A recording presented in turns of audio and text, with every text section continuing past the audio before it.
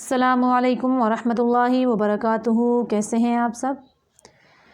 پچھلی تختی یعنی تختی نمبر 6 میں ہم نے حرکات اور تنوین کے بارے میں پڑھا کہ ان کو کیسے حرفوں کے ساتھ جوڑ کے پڑھا جاتا ہے۔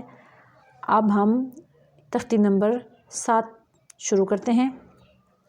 اعوذ باللہ من الشیطان الرجیم، بسم اللہ الرحمن الرحیم۔ رب اشرح لی صدری ویسر لی امری واحلل عقدۃ من لسانی یفقہوا قولی رب یسر ولا تعسر رب زدنی علما۔ دیکھیں تختی نمبر 7 یعنی ہفتم، کھڑی زبر کھڑی زیر الٹا پیش، یعنی یہ کھڑی زبر کھڑی زیر اور الٹا پیش کے بارے میں یہ تختی ہوگی۔ تو شروع کرتے ہیں۔ با کھڑی زبر با، اس کی لمبائی یعنی کھڑی زبر اور کھڑی زیر اور الٹے پیش کی یعنی الٹا جو پیش ہے اس کی لمبائی ہے 2 حرکات عربیہ کے جتنی، اور یعنی 2 سیکنڈ جتنا اس کو لمبا کرنا ہوتا ہے، یعنی آسان طریقوں میں جتنی دیر 2 انگلیوں کو کھڑا کرنے میں لگتی ہے اتنی لمبائی ہے۔ جیسے با کھڑی زبر با، یا کھڑی زبر یا،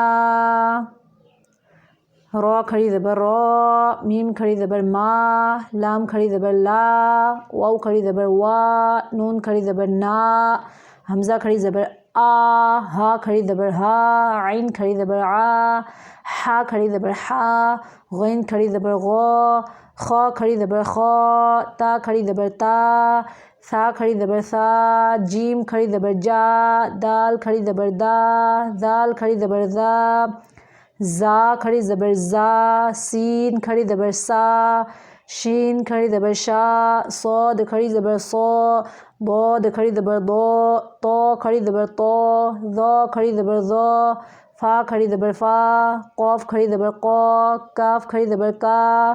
آگے زیر کی مثال، حمزہ کھڑی زیر ای، ہا کھڑی زیر ہی، واو الٹا پیش وو، ہونٹوں کا استعمال کریں گے، گول کریں گے، دانتوں کو استعمال نہیں کریں گے۔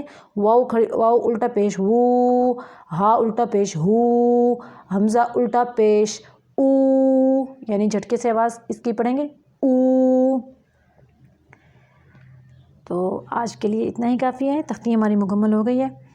تو پھر ملتے ہیں اگلی ویڈیو میں، تب تک کے لیے اللہ حافظ۔